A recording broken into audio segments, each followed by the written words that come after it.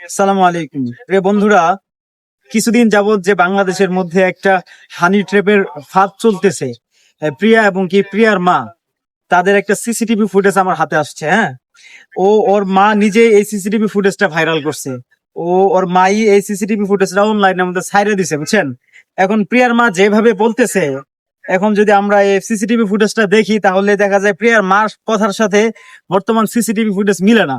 আমি আপনাদেরকে পুরোপুরি সিসিটিভি ফুটেজটা দেখাই। দেখেন প্রিয়ার মা যেভাবে কথাগুলো বলছে যে ইমরানে নাকি ধর্ষণ করতো তার মাকে বাহিরে বসায়, কিন্তু ওর মা যে সিসিটিভি ফুটেজটা প্রকাশ করছে ওইখানে দেখা যাইতেছে প্রিয়ার মা রুমের ভিতরেই ছিল। আপনাদেরকে সিসিটিভি ফুটেজটা আমি দেখাইতেছি, দেখেন। আমরা শুরু থেকে সিসিটিভি ফুটেজটা দেখি। হ্যাঁ, দেখেন এই যে পিয়ার ভাই বের হয়ে গেল, ওই যে পিয়ার ভাই রুম থেকে বের হয়ে গেল। এখন ওর মা কনফার্ম হবো যে পিয়ার ভাই কি আসলে রুম থেকে বের হয়ে গেছে কিনা। দেখেন ওর মা কনফার্ম হইলো যে পিয়ার ভাই বের হয়ে গেছে। এই যে গেতেছে পিয়ার ভাই। এখন দেখেন ওর মা দেখবো যে ইমরান কি আসতেছে কিনা। দেখেন এই যে কেসে গেটের সামনে ইমরান আসতেছে কিনা ও দেখতেছে। ওই যে দেখেন, ওই যে হ্যাঁ আসতেছে, ইমরান আসতেছে।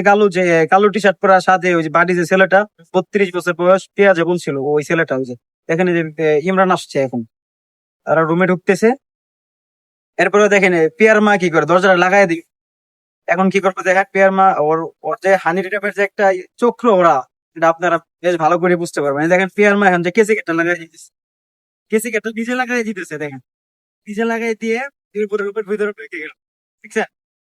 নিজে কিন্তু লাগাই দিচ্ছেন দিয়ে এখন রুমের ভিতরে ঢুকলে এখন দেখেন মা মেয়ে উভয়ের ধর্ষণ করবো না, পেয়ারে ধর্ষণ করবো মায়ের সামনেই।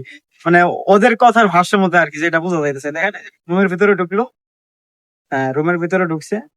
এই যে ইমরান বের হয়ে যেতেছে, কাজ শেষ।